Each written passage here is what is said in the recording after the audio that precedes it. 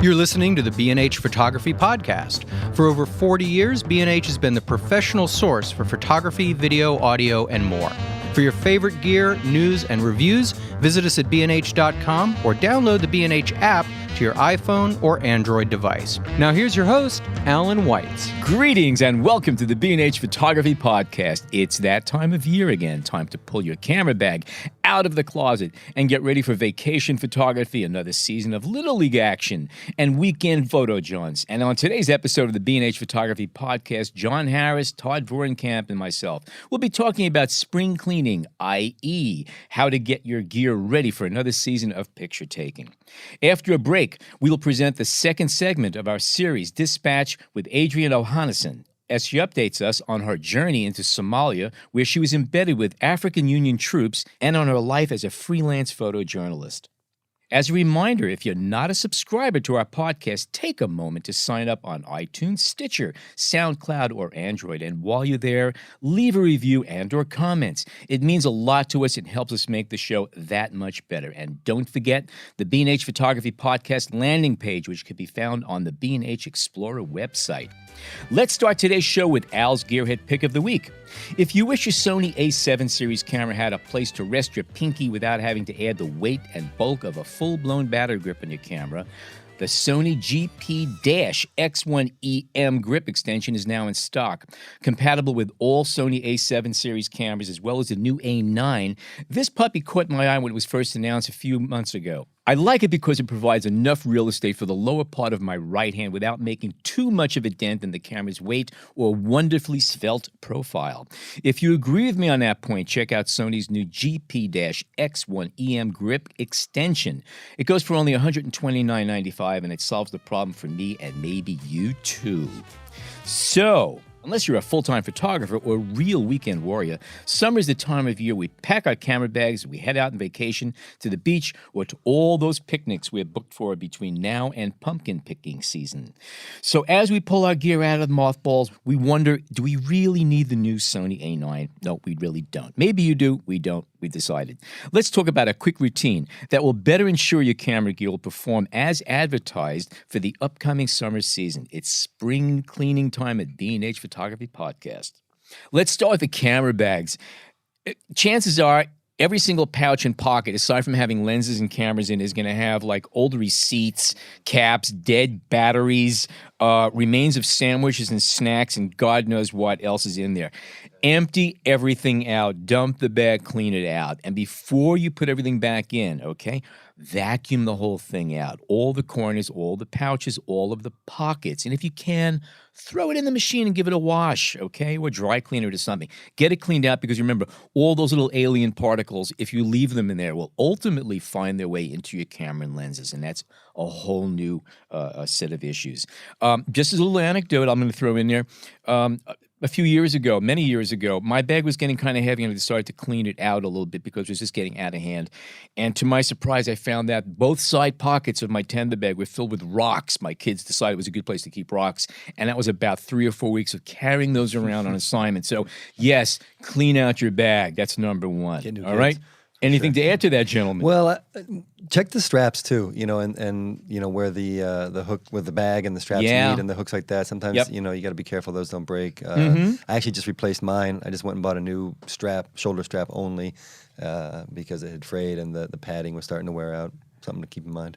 Yeah, good point. I know in my Domke bag the pockets in the inserts are removable, so make sure you pull those out because stuff gets through the cracks underneath, dirt and memory cards, pens, things like that. Yes. Sometimes money, so you can... all that loose change. And by the way, change adds up for weight, it does. too. You can buy a new lens eventually. Okay, so we have the cameras out there. Let's start with the cameras, things we have to do with it, okay? Take the battery out. Recharge all of your batteries. If you have a tester that tells you how much of a life the battery has on a full charge, check it out. If you're using a battery that's more than a few years old, chances are it's not fully charging anymore. You might want to buy a new battery. Okay. Also, right? We were checking out yesterday that we do sell a couple of battery testers that work for lithium ion and for all like 40 different types of batteries, and so it's not just for your disposable batteries. Yeah. If it just checks AA's and 9 volts, you need something more, and we do carry them here. Well, And that's a good thing to do. ZTS is the company that markets this battery tester, the MBT1 multi-battery tester. Aha. It's definitely worth a look. Okay, there you go. Take out memory cards. Take all your memory cards, gather them up, archive the data, reformat them, get them nice and clean and up to speed. And while you're there, if the cards you're using are more than a few years old and you've upgraded cameras, say 2 or 3 times, there is a chance that the card you have may not be up to spec. You might need a faster card. So look at what your camera requirements are. Look at what your cards are. If you need to upgrade, upgrade. And probably since that time, the price of the faster card is less than what you paid for your original card. Prices have dropped a lot. And the storage size. Yeah. Without a doubt, No two ways about and that. If there's a little voice in the back of your head that says, did I upload these photos from this card? Chances are you didn't. That's correct. Very good point. Just double check before Very you good format. chance. Okay, remember, before you hit that reformat thing, think, did I? And any doubt, you're better off having 2 copies than none. And for those that don't know, to find the reformat, you got to go to your tools menu. Well, at least on the Nikon, and I'm sure it's the same on all cameras. You go to the menu, you go to the tools, and you'll find a reformat option. It'll give you a couple warnings to make sure that you want to reformat because it's going to wipe away all the data. Yes, it will. That's correct. Yep. But it's a good way to start the season. No? If you can actually format a card, and as long as you don't overwrite the old files, you can recover the stuff. Are you sure? I know when you it's erase not it, you can. not But 100% when you like reformat, Yep. I promise. Because I've done that. I've ignored the little voice that said, "Did I upload those photos?" No. And then I format the card, and then I'm like, "Ooh." And there is recovery software you can buy. You can buy the software. It's not 100% foolproof though. So if you've started to write new files, you're going to start losing old stuff. I think it's only with sepia photographs. Oh, yeah. They tend to fade quicker. I'm not sure. Your sensor, if you're shooting with a digital camera, your sensor invariably is going to get schmutz on it. Make sure it's clean, okay? If you're not sure what's going on, a very easy thing to do is take a picture of a white piece of paper, open it up on your screen, take it up to 100%, and scroll through the entire image. You will find it. And also keep in mind that if you find a little booger stick there in the upper, say, left-hand corner, it's on the lower right-hand corner of the sensor. Everything is upside down and backwards. And there are a number, if you cannot, there are places you could send your camera to have it clean for servicing. It's not too expensive. And if you want to give it a try yourself, there are products that are sold. The easiest thing to do is just take one of those little air blowers, look like little turkey basters, give that a couple of hits. One thing you do not want to do is take a can of compressed air and stick the nozzle in there and give it a shout, because it could sear your sensor, it can get little speckles all over it, and it can blow everything inside to pieces. So you don't want to do that. At arm's length at the very, very best. Any comments on that? Yeah, I agree. Raise your hand if you've destroyed a camera sensor with a can of air. I came close. I've not. I've used those on my sensor, but from a distance, like I kind of like sweep it by from a good 6 inches outside of it. I hold them at arm's length with the camera over my head, aiming down, and and that's the way I do it. Again, arm's length, and you're okay. But those cans of compressed air are good for cleaning out a lot of other aspects of the camera. Yes. By the way, if you're looking for a nice little a kit that is, I find, very, very good for cleaning sensors, it's the sensor swabs. They sell them, they're little wands with either full frame, micro four thirds, or APS-C swabs, and a fluid that will not affect the sensor. It's very easy to use. Read the instructions, and you're good to go. I've had some very, very good results with that particular kit. Now, that's something you guys are okay with that, with Todd, with someone touching your sensor, cleaning your sensor like that? Do it at your own risk. That's what I'll say. Yes, I'll qualify that. Yes, if you send it off to a repair place and something goes south, they're responsible. You do it yourself, you own it. Or send it to Alan. Send it to me. Yeah, don't forget also a lot of cameras have, an auto sensor cleaning function. Yes, and that's your first line of defense, and that's why they do it, absolutely. But it doesn't get everything. Also, firmware. If you have a digital camera, invariably firmware is being upgraded all the time. Make sure you have the latest in your camera. Your camera will perform better. The newer the firmware, the better your camera will perform. Check your meter run some tests, see if you're over or under. Most cameras are either a little bit over or under. No meter comes out 100% dead on. Anytime you get a new camera, you should always check it. And over time, recheck it. Run a few tests, see how your highlights are, and just double check all of your exposures. If you have settings that you like to use, a lot of cameras you could put in presets that automatically go for there. If you've lent your camera out to somebody since you've last used it, make sure they haven't monkeyed around with your settings. If you're not sure, reset everything or go back to your presets. And also, I don't know if anybody in this room has a camera do you know every single trick this thing does? There's always something new to learn. If there's something you've been meaning to master on your camera that you haven't done so, now's a good time to do it before the season comes up. Learn a few new tricks. Read the manual. Dig into the again. menu. Yeah, definitely. Anything to add, gentlemen? Well, on cameras. I mean, well, the body of the camera, there's a lot, obviously clean the outside, take a nice cloth around the outside of the mount. You get a lot of stuff that sits on the outside of the mount. I would do that. With alcohol and cotton swabs, that would be good. Yeah. Also here's another thing. Viewfinders, clean out the viewfinders. Yep. I always lose the eyepiece that goes over the viewfinder. They always slide out. Often I lose them. I don't use them. The rubber eye cup? Yeah. Yeah. Yeah. I have a collection of those that I've found in various tourist areas. Half of them are John's, actually. I know. I'm going to sell them If you ever back. wonder why he follows you around when you're out taking pictures, he's looking for those little things that you lose there. Sorry, go ahead. but also, the viewfinder itself, you want to make sure that it's, the focus is right on the viewfinder. Yes. Your Yes. diopter. Yes. Something that is really, really neat little trick to do and something you should do. We're talking about cleaning the mount and things of that sort. Anytime that there is a contact, and this goes for batteries, where your contacts come from the battery to the camera part, take a soft pencil eraser and give a couple little circular wipes to all of those surfaces. The pencil eraser will not affect it. It will take off layers of grit, dirt, grease, or whatever. Hit all that stuff. And the give hot them a shoe little mount, too. tickle. The And hot the shoe hot mount, shoe yeah. box. And you may want to check the hot shoe mount itself is not bent in. That happens often. Yep. And you can just kind of bend it back in place. I do, whenever I'm going on a trip, I travel with a carry-on. And the other bag, my personal bag is my camera bag, and I put that under the seat in front of me. And then on a flight, I do all this cleaning. That's when I do most of my camera cleaning. It's on a flight. Oh, that's cool. I'm sure your neighbors love that. Yeah. I just don't eat know. crackers They're and too whistle. busy. They're too busy looking at the TV in front of them instead of out the window. So they have no idea what I'm doing. And it's not like you're gonna Excuse me, get. would you hold this while I clean up my? Okay, anything else with cameras?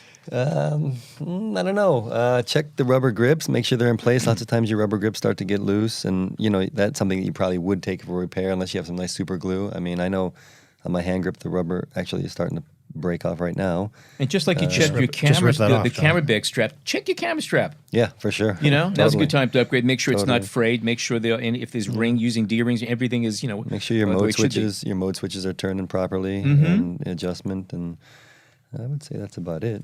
Just run through everything else. Clean off your LCD in the back if you want. Yeah, or just leave the thumbprints there if it makes you happy. Some people don't like change. Yeah, exactly. All right, let's jump over to lenses. I'm going to hit firmware again. We now have lenses that require firmware upgrades. So if that's the case, if you have a lens that does that, make sure you're up to date. Clean your lenses. All right. Soft microcloths or lens tissue. Don't use an old rag because God knows what it's made out of or what's clinging to it. The surfaces of the lens coatings can be damaged. You don't want to hit it with anything at all. Todd, go ahead. Lens tissue and lens cleaner. That's what you need to clean your lenses. If you're out on a shoot and you do have to clean your lens, say you get some dust or a smudge or something, and you don't have lens cleaning fluid, at the very least, breathe on the surface of the lens before you do it, because never, ever, ever try to clean a lens dry. Always get some kind of a moisture on there. And even just breathing gently on it and then cleaning it, that little bit of moisture does make a difference. Go in circular motions. And by the way, if using lens tissue, throw it away afterwards or leave it in the bottom of the pot of the bag you just cleaned out so you'll have something to clean out next. The phones are lighting up because there's a bunch of people that believe that the pH of the condensation from your mouth is such that over time it will corrode the coatings of your lens. Yeah. I will admit on live podcasts that I have often breathed on a lens and used a T-shirt and had no ill effects from doing that. By the way, I do that frequently. In fact, cotton T-shirts, there's nothing wrong with it, okay? Yeah. If you've been wearing it for a few weeks, I might say look for a clean corner. But seriously, anything like a soft cotton material is perfectly fine as long as it's clean. And soft. I mean, honestly, that is a difference. I mean, you get these, a brand new T-shirt. Oh, yeah, if it's starched or anything, forget about it. We're talking about some, the kind of stuff that just feels like you're at home as soon as you put it on. It's good. Glass is a durable material. Lens coatings are durable. We should have the guy who has breathed on his lens so much that it burned through the coating in on the podcast. Well, and smell his breath. Like anything. I mean, there's the exact right way to do things, and then there's the way that we all can do them when we need to do them. I mean, that's life. By the way, here's a little thing, a tip I'm going to throw out there, and you can't always do it. If you have a mechanical linkage on the apertures, aperture blades of your lens, it's an easy thing to do, and that is take the lens off the camera and peer through it, and try to open and close the apertures. What you do is if you set it down to the smallest aperture, BF 11, 16, 22, and then flip it so that it repeatedly opens and closes.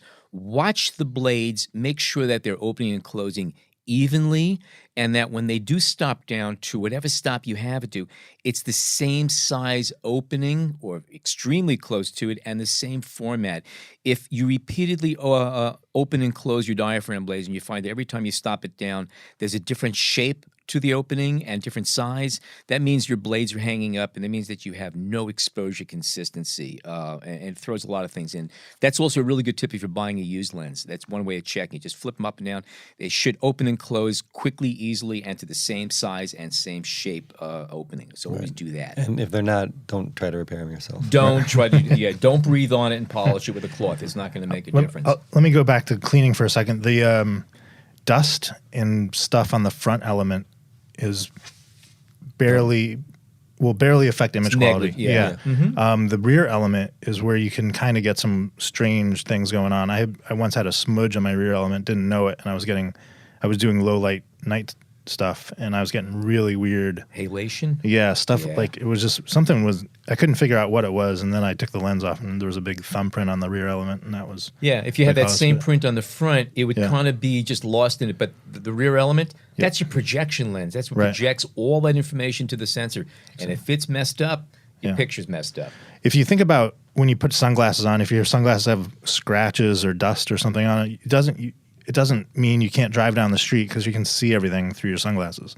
Same thing on the front element. You can have a considerable amount of junk on the front element of your lens, and you're not going to see that show up on the image. So, just to clarify this thing about checking the apertures, okay, if you have to have a manual f-stop ring, a manual diaphragm ring in which to do this, where you could physically take a ring on the lens and open and close it, or some lenses like Nikon lenses, a little linkage. If you look in the back of the lens, that if you flip it, just flick it with your finger, it snaps the lens open and close very, very quickly. As fast as you can move your finger, it's opening and closing, and I find that's the way I like checking it. Rapidly click it, open and close, and just keep watching. The auto diaphragm linkage pin. Yes. So I would not lose too much sleep at this, but it's worth checking. Also, if lenses, if you use them a lot, they could start getting a little bit loose.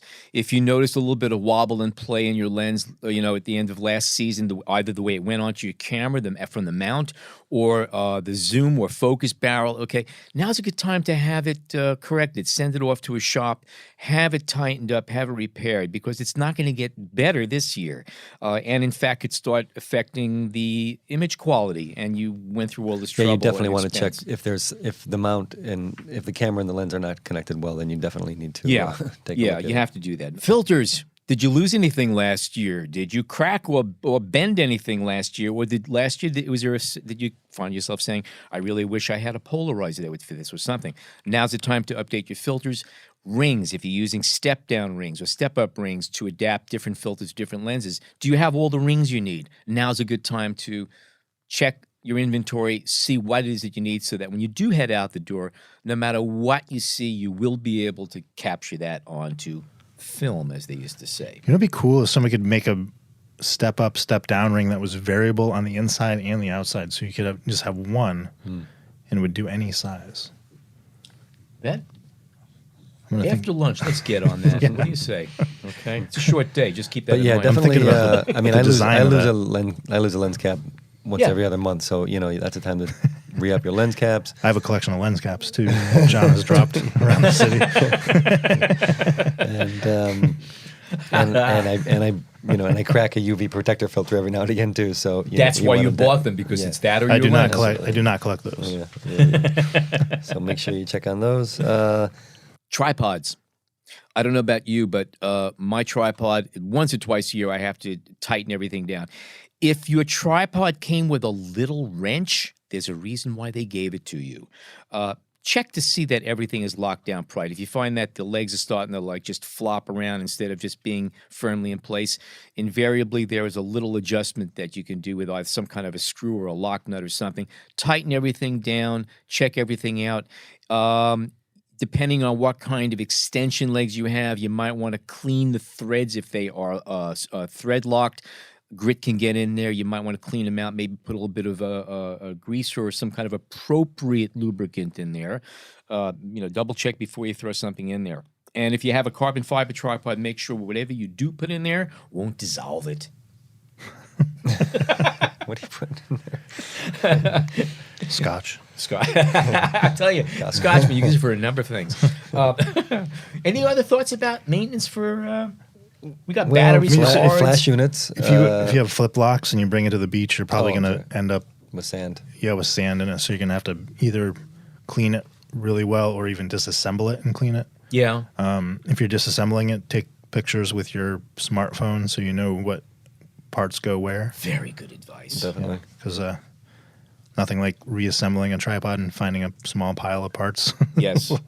Also, if you do have a lot of little parts, this goes for cameras, lens, but even tripods, a lot of little pieces. Okay, as you remove them, make sure you have a hubcap from a 1964 VW. They're perfect dishes for holding these things. Nothing will roll off. Okay, 63, 64 seems to be the best year.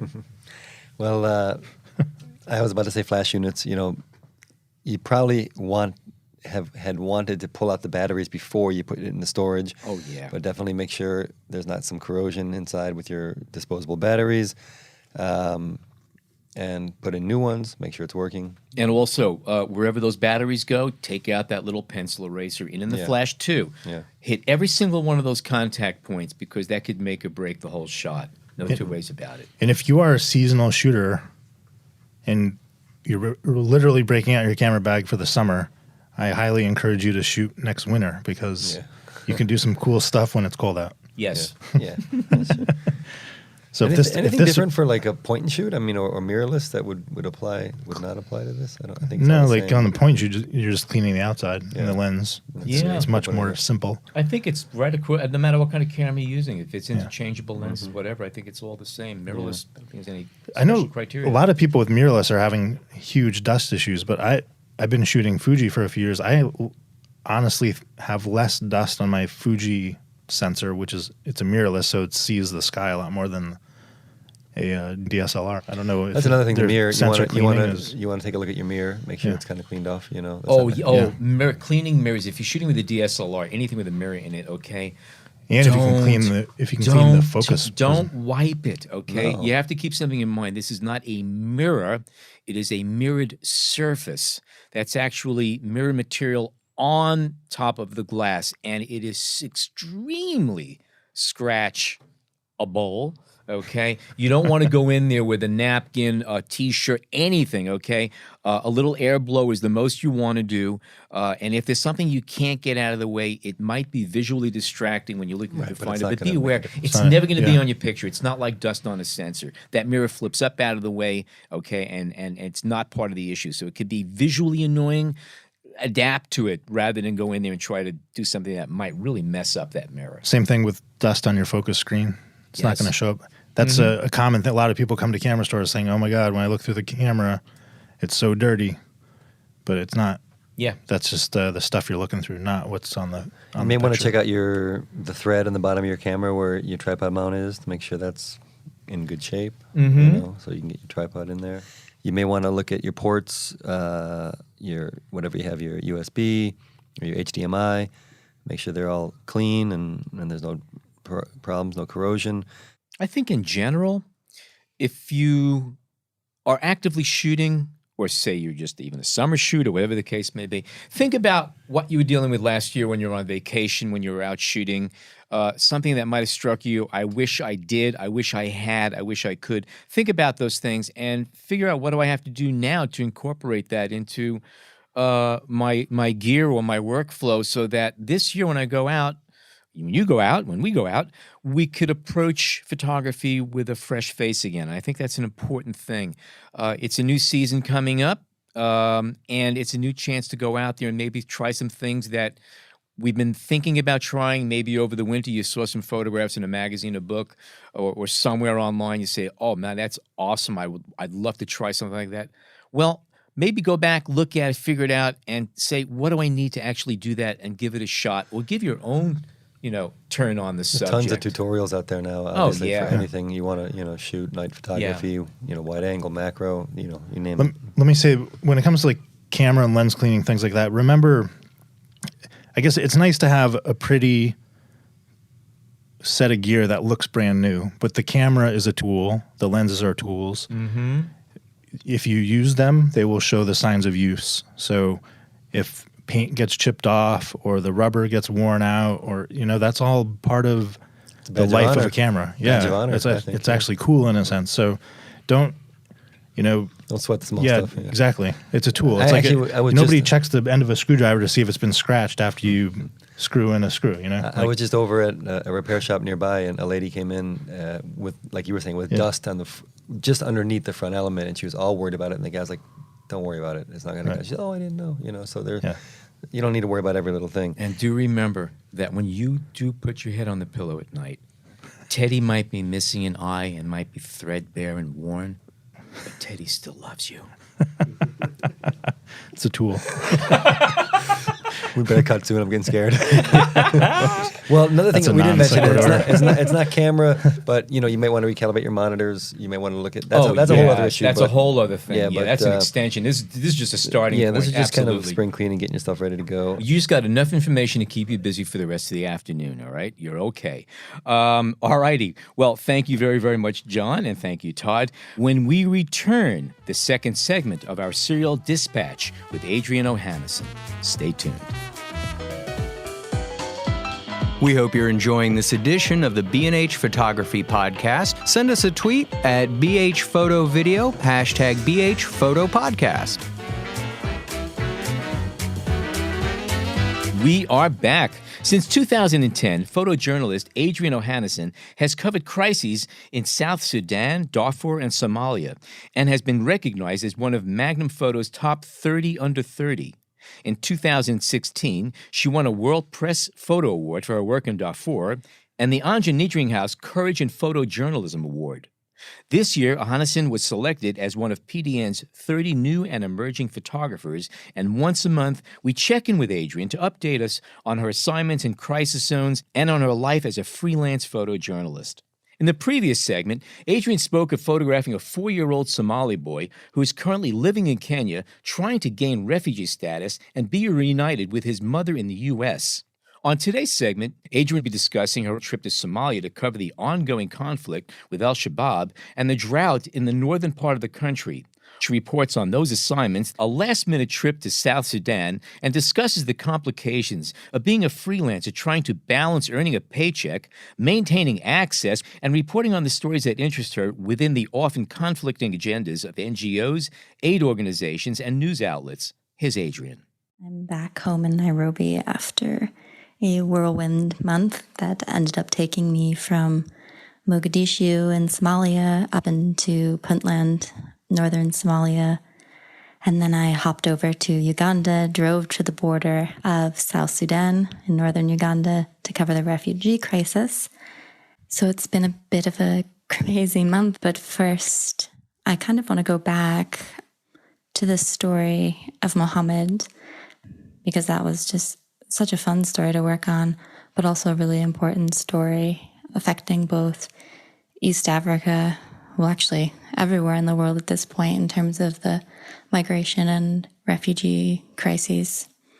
After this story went out, there is now a human rights group that is working with Mohammed and trying to make sure that all of his paperwork is in line before that he can go to the States. He's still in Kenya, unfortunately, but if the paperwork goes through, this human rights organization will help fund his trip to the US. And that would just be incredible to see, and hopefully we can follow him on that journey.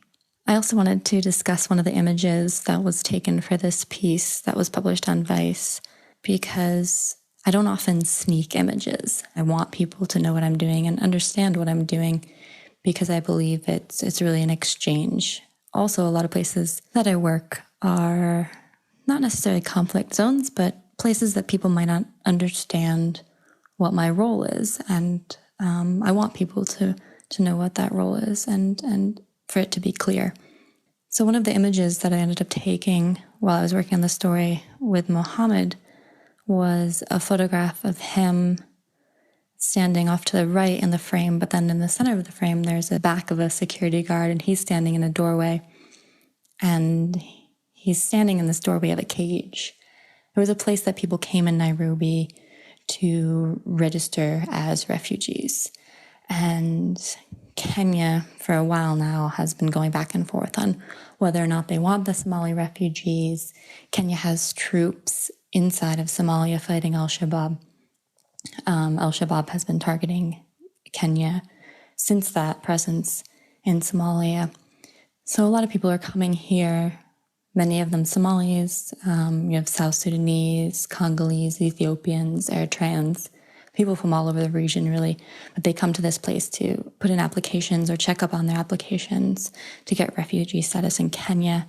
So this building, like many buildings in Kenya, it's just concrete walls, and you walk in and it looks like it could be any government building. But then you see these cages. And there's really no reason for the cages, because there's a courtyard. And then you have the cages in the courtyard. And the courtyard is cement, so it's not like people are going to jump over walls or anything. And I knew when I walked in there, because it was a government facility, that I probably wasn't going to be able to photograph. And I also knew that many of the people in there may or may not have any legal status in the country. I don't know their backgrounds. I don't know what they're fleeing. So I knew first it was going to be hard because I didn't want to show people's faces without their permission. So how is this going to go? And so I knew I probably only had a couple of seconds, if that, to try to make an image. And it was something that I knew was really important for the story, so I just had to go for it. And what I've learned in most situations, actually, and it's something I'm trying still to be more conscious of, because I think I tend to walk into a situation and I kind of try to figure out what's going on first. And I'm trying to skip that step now, because I want to just photograph exactly what's happening when I come upon a situation. And I think both aspects are important, but the problem is you lose that moment. You lose that untouched scene. And that's not something you're going to get back. It's something you have to react to right away. And I'm a slow person. I do everything slowly. So I walked into this scene and I knew this was going to happen. And it was great because Mohammed walked in. I couldn't have really instructed him to do anything better, really. He walked into the scene. He stood outside the gate. Thank goodness the security guard had his back to me, and he was standing right in the middle of this doorway. And I got 2 frames. The first frame is the one that was used in the piece, and the second frame, the security guard had started to turn around. That's when I put my camera down and tried to explain that I was there with Mohammed. I was following Mohammed. I didn't want anyone's photographs that were there besides Mohammed's. I just think it's a good example when it's necessary to push the boundaries. But I also think it's important that, if you could really see the identities of people in that image, there's lots of reasons why I wouldn't have used that image had it turned out differently. I think I just got lucky in the composition of it, absolutely, but that nobody was identifiable, and the security guard's back was to me, not just so I could hide his identity, but because he couldn't see me either. I just wanted to talk about that a bit. And really, it's just about being conscious of your surroundings and aware of your subjects or people who may be subjects kind of accidentally as the scene develops. But I did want to go back to that previous point I was mentioning, where you have these two different scenes. You have the scene that you're not affecting because you just walk in and you can get everyone really naturally. But then you also need to capture what's happening in front of you as you learn it.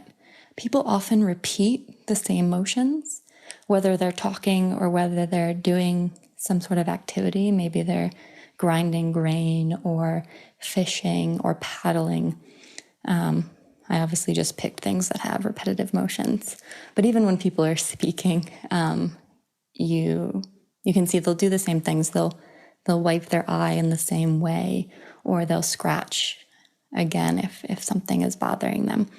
Anything. So it's really important to spend time in places to see people's activity and these repeated motions, because I think when you observe these things, you can fit them together and you can play with that a bit more. But I think I do need to get better at just reacting and catching something before I become part of the scene. I'd been discussing the planned trip into Somalia to embed with the AU forces and also try to cover the drought. And so both of those things were successful, as successful as they could be. I actually can't ask for anything more. Everything went quite well and smoothly. So I ended up spending a few days in Mogadishu on an embed with the African Union forces inside of Mogadishu. And then we ended up going out and spending 2 nights. It was supposed to be 1 night, but ended up being 2 nights because of some communication issues, not on the part of the journalists. We ended up going out and spending a night on a forward operating base. That was good just to get out into the field a little bit. You're just so constrained by security. So there were 4 of us, myself, the writer I was with, and 2 other women for the first part of it. There was this communications issue, and it was something we weren't aware of. We were operating in a military setting. As journalists, we're not always aware, or I'm learning to be more aware, but we're not always aware of how the military operates. So the communications office hadn't gone to the higher up people in charge. And within the military, it's always orders come from the top. And if the top isn't informed, the process kind of falls apart. In Somalia, you just never know. Sometimes I wonder if we don't have all of the intelligence, or we often say everything is fine until it's not. So you can be in these places and it feels so quiet and people are just going about their daily business on the street. They're, farming or herding goats or selling watermelons. Everything looks normal until it's not, until there's an attack. And most of the attacks are targeted at African Union forces. So this adds another element of danger, besides the fact that I'm an American woman and would be a target for kidnapping. But now I'm embedded with the military. The military is a target. But when I was there, it was quiet. Spent the night on the base and ended up going on a night patrol, some of the forces. And it was a joint patrol. So the African Union is assisting the Somali National Army. So they'll move around together through the towns to see if there's any activity going on at night. But also mainly just to have a presence so that nothing can happen at night. So it's more difficult for people to move around or anything like that. So I went out on a night patrol and set up checkpoints along the road. They were searching cars moving in and out of Mogadishu. Yeah, and everything is quiet, and it's kind of like going for a night drive in the countryside where all you can see is the headlights. It's hard because there are no lights except from the trucks and the street lights, so photographing is difficult, and there's not much activity there.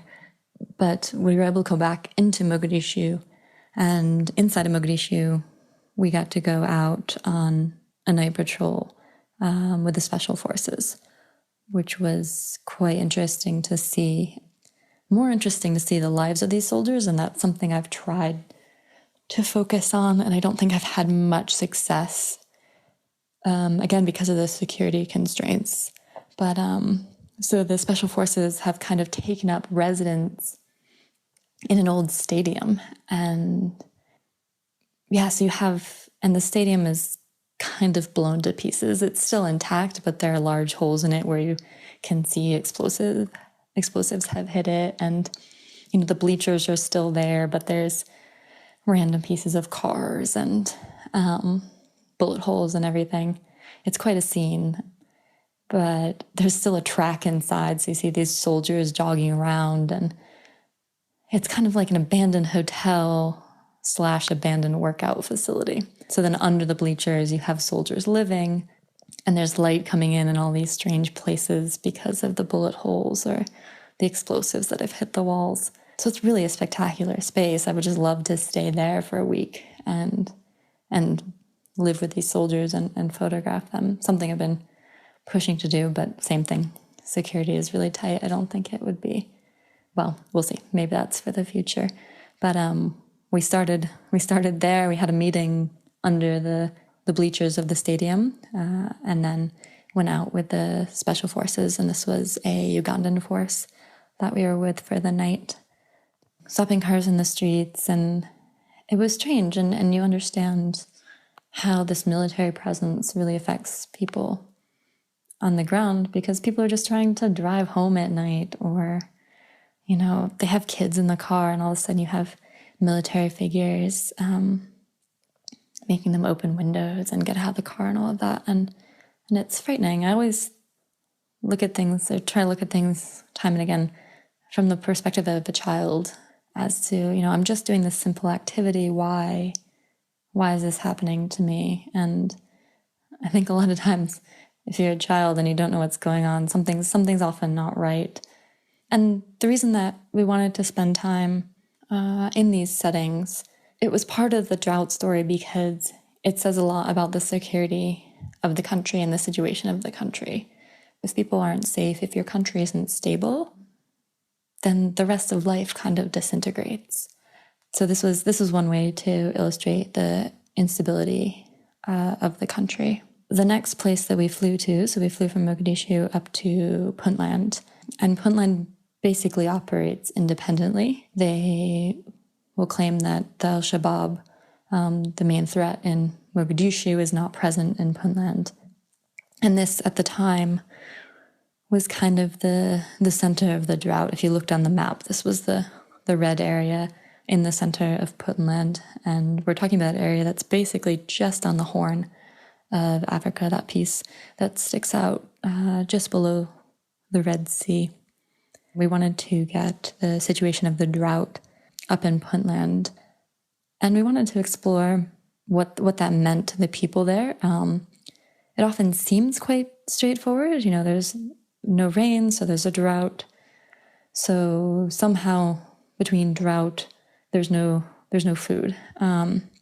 And the easiest example of that is there's just no rain, so there's no crops.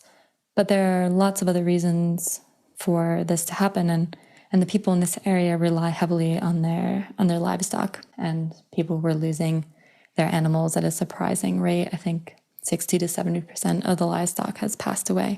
We found kind of an interesting situation, or I was shocked by it because I didn't expect to see food in the markets. But what I found, there was food in the markets. There were some vegetables, there were some fruits. But I also found that you had people who are so reliant on their animals that honestly, they don't even really need any form of currency. They only need their animals. And so they wouldn't have money to buy the food. They're purely reliant on their livestock. So once you lose your livestock, that's it. It's difficult to illustrate these things, but I did my best. We were driving along, and you could see the carcasses of goats and camels along the road. Some had passed away as they were walking, but a majority had been loaded on trucks to try to truck the animals to new locations where maybe there was rain or vegetation, and they had passed away in the trucks, so the trucks would kind of throw the animals off, which is a strange image to see, but it was kind of like people throwing trash out the windows of cars. You just see like goats and that's what was happening. There were literally just goats being tossed off trucks. And it's just a very odd, sad scene. And it makes it so much worse when you know that communities are 100% reliant on these animals. And that's very hard to explain to people. But it's the truth for many of the people in this area. So what we also found was that because many of these people are semi-nomadic, they're out in the desert, they're quite isolated from each other. They don't travel in big groups. They'll travel in mainly just families with their animals. But what we were starting to find is people were moving closer to main roads. And something that I found crushing as well was that people would move to a main road and GO cars would pass by, or water trucks would pass by. And other people who had lost the majority or all of their animals would see people lined up across the road and would come also thinking, well, these people have settled here. Maybe they're here for a reason. Maybe they're here because there's food, or maybe they're here because there's water, or maybe they're receiving some sort of help. So you'd get these new communities of 200-300 people along roads, all gathering because they saw others, but then no help would arrive. And again, this was still kind of in the beginning of this process. International organizations were still trying to keep track of how many people were in which place and to see if they could reach these groups of people along the roads. So this ties into a whole nother larger issue of migration and flows of people in and out of Africa. Basically, people whose homelands are not inhabitable anymore. And I think this is something we're going to have to face up to. I think Europe is feeling this a bit more than the States, but people are going through extreme measures to leave their homelands. They don't want to leave their homelands, but what do you do when you can't live in your homeland anymore? So after I got back from Somalia, I think I just had a couple of days in Nairobi before I got shipped off to Uganda, northern Uganda, to cover the South Sudanese refugee crisis. People who are flowing over the border from South Sudan into Uganda. I got an email one evening from the International Rescue Committee basically asking me to leave the following day to Uganda. So I hopped on a plane, drove the entire length of the country, flew into the south, drove to the north. It was about a 10-hour drive. I thought the driver was joking when I got in the car, but it wasn't a joke. It was over 10 hours. So I drove the entire length of the country up to the border of South Sudan. And I actually have worked a lot in South Sudan, but I've never worked with South Sudanese refugees outside of the country. And I was seeing them get off of buses into a refugee camp for the first time. People are exhausted. They've come on foot a long way. So they come on foot across the border, and then at the border, UNHCR supplies buses that will bring them to a registration center, and then they'll be resettled in a camp. And they're actually not calling it a camp. They're calling it a settlement. Camps, I guess, imply that people are really squished together and it's something temporary. These settlements, people are given a sizable piece of land, nothing that South Sudanese are used to in their homeland. But so it's not structured as some of the images we see with lines of tents. It's actually very well organized. Vegetation is left and people have some space. So just documenting this process of people basically starting a life again. And I was not prepared for the amount of people that were flowing into this registration center.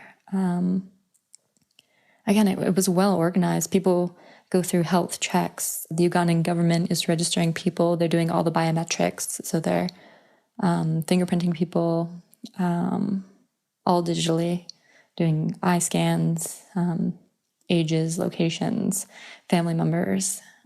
But that takes time. That takes a steady internet connection. We're up on the border of Uganda and South Sudan. There's hardly any infrastructure.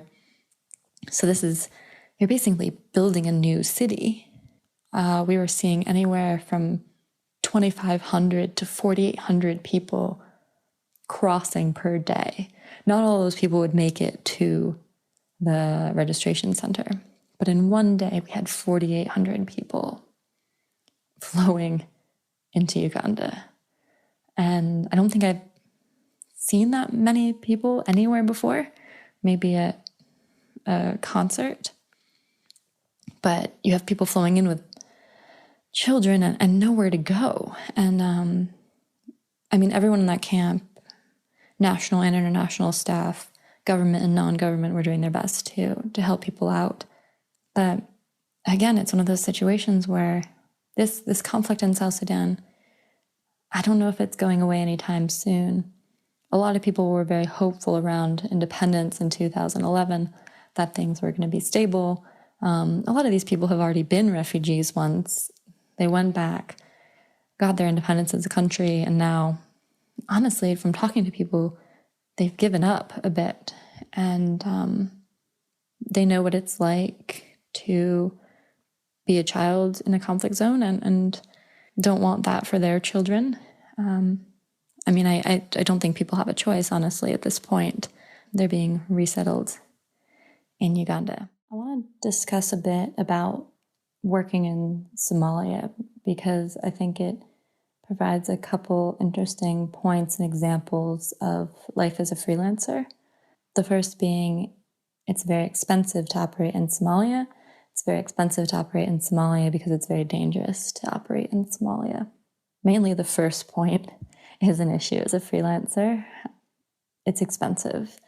And I feel like that is more of an issue when I'm pitching stories or throwing ideas around with publications, is that they don't necessarily, maybe they don't want to pay for security or the rates that it costs for security, or maybe they don't have the money, or maybe also sometimes it's put forward that they don't want to take the responsibility of sending anyone into a dangerous area. And I understand all of these things. It's fairly straightforward.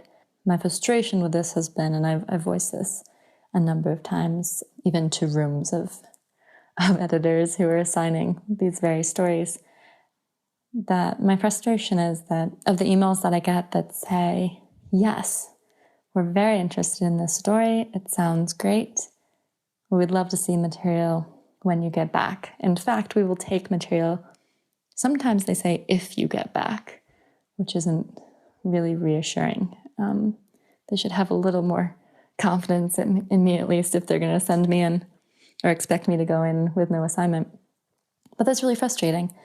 And it's not something I've really been able to figure out. I mean, if there's not funding or people don't want to send you in, then they don't want to send you in. And then you're left with a choice as a freelancer, which I think can often look irresponsible for a freelancer, which is that, okay, so you go into these places with no assignment and nobody backing you. So if something does go wrong, who's gonna stand up for you? Who's gonna say, yes, I asked this journalist to go in? Or if you're taken, even questioned by a government, what are you doing here? Who are you working for? And, you have 3 publications that have told you that they'll take material. Can you give out their phone numbers when a government official is asking? Are you going to support me when it really comes down to it? But yeah, you have to make this decision, which is, do I go in and do the work and try to sell it after, or do I just not go in? And I actually think this year, for some reason, I'm starting to feel frustrated with my status as a freelancer because of this very issue, which is that I have stories that I want to do. I have the ability to organize those stories logistically.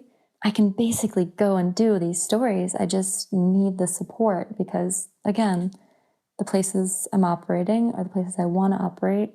The places I know how to operate are expensive and they're dangerous. So this has been, honestly, it's been frustrating for me with these issues because I've been in the region a long time. But that's definitely a frustration. So with the Somalia stories, because I ended up submitting photographs to 3 different outlets, and I have to say, I don't think I covered my costs, to be honest. I don't think I broke even. Which again, another challenge as a freelancer. Is it worth? This is a job. I do this for a living. So is it worth, first of all, going in and taking the risk if I don't know if I can publish things, but also going in and taking the risk and not making money? And I know a lot of us are passionate about this work, and it's not, well, it's obviously, nobody does this for the money. But it is a factor. It's 100% a factor because a lot of people cannot work in Somalia if they don't have the funding to back it up. My point here is that I did go more or less self-assigned. I had a few organizations that said, sure, we'll take material. So I ended up doing a story with a writer, and this was a fairly certain story when we went in for Vice. But again, expenses weren't all covered. They helped us with expenses. And then I ended up doing a slideshow for Al Jazeera and a couple of photos for Iran. So that's 3 outlets, but again, minimum photos for Iran, and really had to try to shoot 2 different stories when I was working for the 2 different outlets, for Vice and for Al Jazeera. But again, even with those 3 outlets, I'm not covering expenses, and I'm not sure any news organization would have sent me for that amount of time, and it takes time to get significant photos, so it's really difficult. And luckily, in Puntland, we went around with an organization, with an NGO, so that helped significantly. But another issue I've had specifically with Somalia, and again, Somalia I'm using as an example for other areas that are quite dangerous and expensive to operate in, which is that we now see organizations hiring professional photographers or videographers and going in and doing work for the organization. And the organization will put that material online free of charge to news outlets, which makes a freelancer's life miserable. It doesn't only make the freelancer's life miserable. I think it also cuts down on the coverage of the place, because fine, if you have NGOs, international organizations coming out and saying there's drought in Puntland, these are the things that's happening, you can describe it a bit, but if you're giving out free material, free images, and free video footage, I've actually on this trip had a news outlet cancel the trip because they could just grab footage off of NGOs' websites. I know we all have the same goals, more or less, which is to get these stories out, but as an organization, you do have an agenda, which I think we all need to keep in mind. But you may in fact be hurting the coverage of these locations by professional journalists, professional photographers, professional videographers. So this is something I'm struggling with as well, because honestly, sometimes if the outlets don't have the funding, or the freelance journalists don't have the funding to get to these remote, dangerous, expensive locations to operate, maybe the only footage of people who are most affected by the drought or most affected by the famine in South Sudan, maybe this is the only footage that's going to come out, and maybe we should all keep in mind that the goal is to get the information out. So this whole idea of journalists working with the UN or NGOs has come up a lot in the last couple of months, especially with the crisis in Somalia and the war and famine in South Sudan. But again, I think we're reliant on these organizations, and definitely the UN in places like South Sudan. We have no choice but to get access with people who can provide security and honestly help with costs, getting on UN flights, going with UN cars. In South Sudan, many of the internally displaced people are actually inside of UN camps. So we're working daily with organizations and the UN who are, I don't want to say running these places, but in South Sudan actually are running the largest cities in South Sudan at this point, because they have so many people who are more or less trapped in these camps or cannot go out of the camps because they fear for their lives. So there's definitely a relationship there. I just think it's something we really have to think about as journalists, and it's something I think international NGOs need to be more conscious about. Thank you, Adriane. Well, that puts a wrap on another fine episode. We want to extend our continuing gratitude to Adriane Ohanesian for her work with us. And we also want to remind you that we still have a promotion running until June 15th on all Icolite underwater housings. Enter BH Podcast 17, that's BH Podcast 17, for a 10% discount on Icolite camera housings. Join us next week for part 2 of our underwater photography episode, and stay tuned for our upcoming interviews from the floor of Optic 2017. Remember to leave us a review on iTunes and visit our landing page at bhphotos/explorer/podcast. For John, Jason, and Todd, I'm Alan Weitz. Thank you so much for tuning in today.